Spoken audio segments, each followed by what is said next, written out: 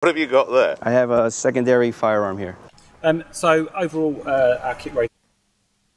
I never knew that. Hey guys, welcome back to the channel. We're going to be checking out a video titled, How does UK police equipment compare to US cops? Off the rip, I can't really think of anything that could really be majorly different between both.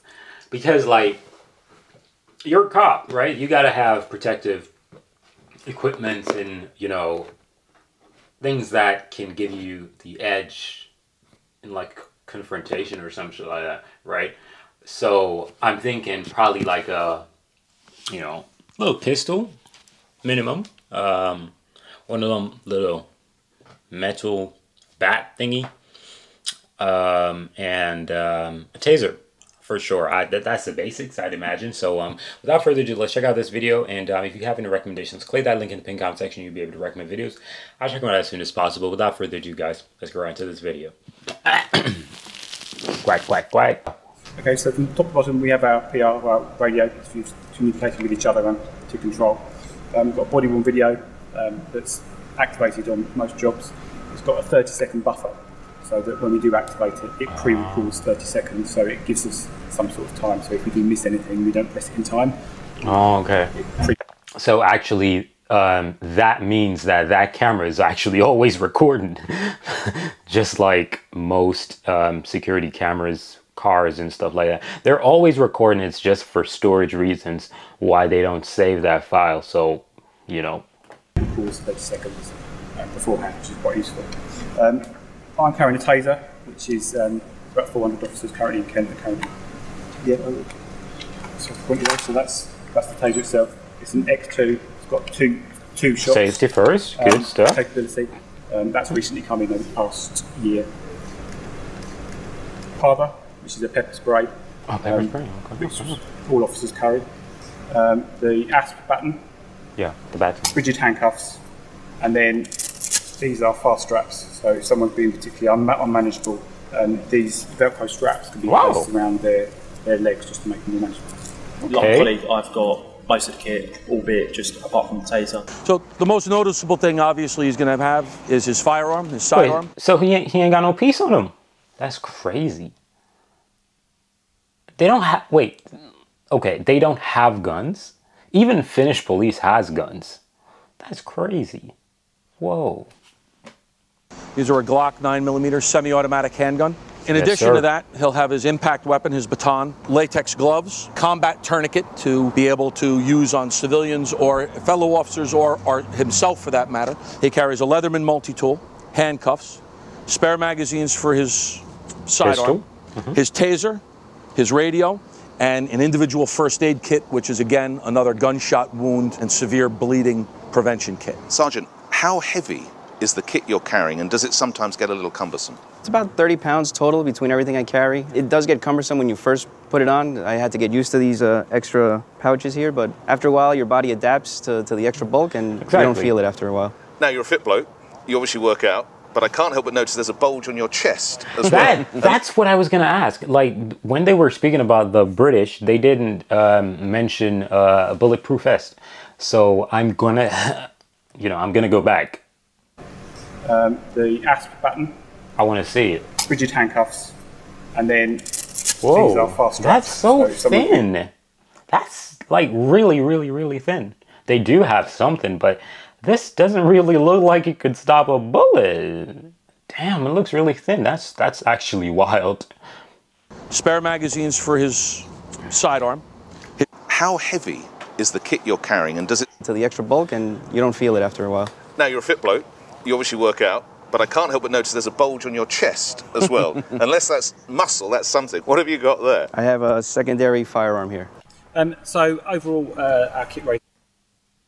I never knew that. I never knew that. What the? Dude, I never knew that. I never knew that. I'm actually right now, as we speak, shocked. I never knew that. I never knew that.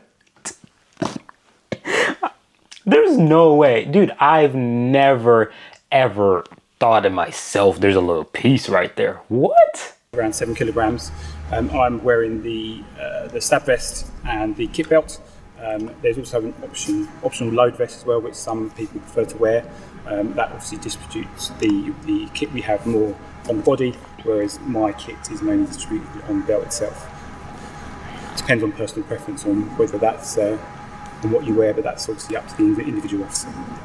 Could you imagine going on patrol either without your firearm or your taser? No, not Why at all.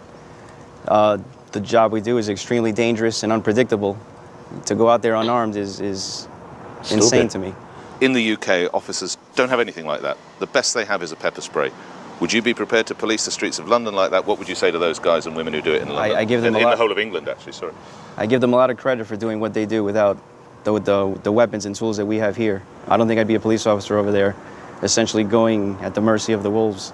Captain, could you imagine sending your officers? I mean, like,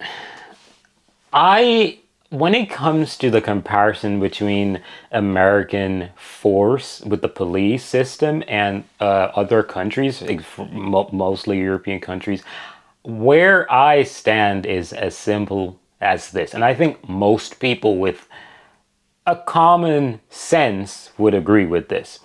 I don't have a problem with American cops having weapons. Why? Because there are civilians out there who are in possession of similar powered weapons or even higher powered weapons, right? So having that should be a necessity, right? However, when you look at other countries in Europe, the civilians don't really have high-powered weapons, right?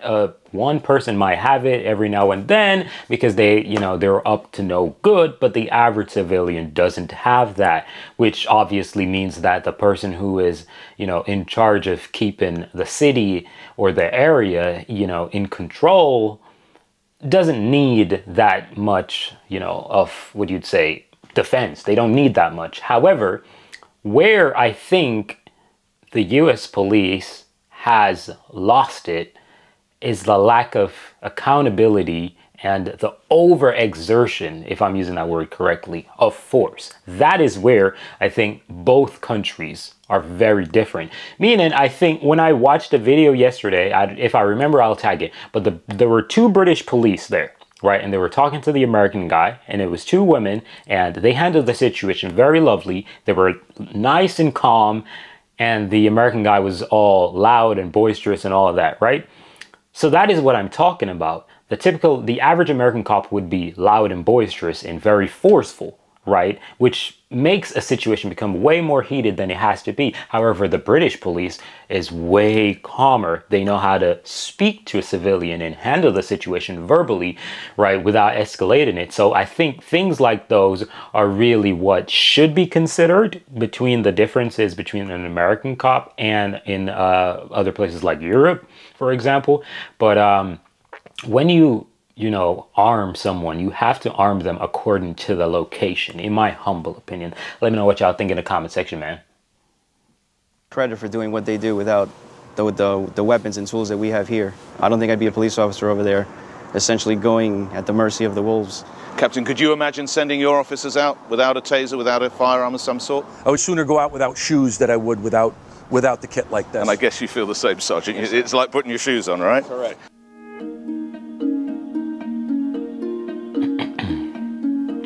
I think it's a different environment out there. I think the taser rollout for us will give us a very good, will give us enough use of force in this country. We obviously don't kind of have the same level of gun crime that they do in America. And a lot of that kit is... He's literally saying exactly what I just explained. It's literally a different environment. Like I said, the only issue between both police that truly can be discussed is the application of force, right? That's simply the only thing. But being armed differently is totally acceptable because the circumstance, the civilian, the encounters that you will have as a police in the United States compared to the UK are totally different. So, yeah. Similar. It's really just the firearm that we are lacking. Yeah, I believe the mere presence of having a taser is almost enough sometimes to prevent a subject becoming aggressive or violent towards myself or my colleagues. It's a bright colour. It stands out. People are aware of its capabilities. When I go into jobs without having a taser as an option, subjects may feel that they have an advantage over me to some degree. Whilst I've still got kit, a taser would be a lot more helpful in some situations. Yeah, I totally think that is sufficient for a British policeman. For an American policeman, heck no. You ain't gonna ride around the streets of Compton with no damn baton and a freaking taser. Them boys gonna hunt you down. You out of there. So no, it's not gonna work. You need heavy powered weapons to ride around in certain places, you know, in the United States. And like civilians are really locked and loaded. A lot of civilians are loaded, and you know, you just got to be prepared for the environment that you're currently in. So yeah, that's this video. Thank you guys for watching. I'm out of here. Peace.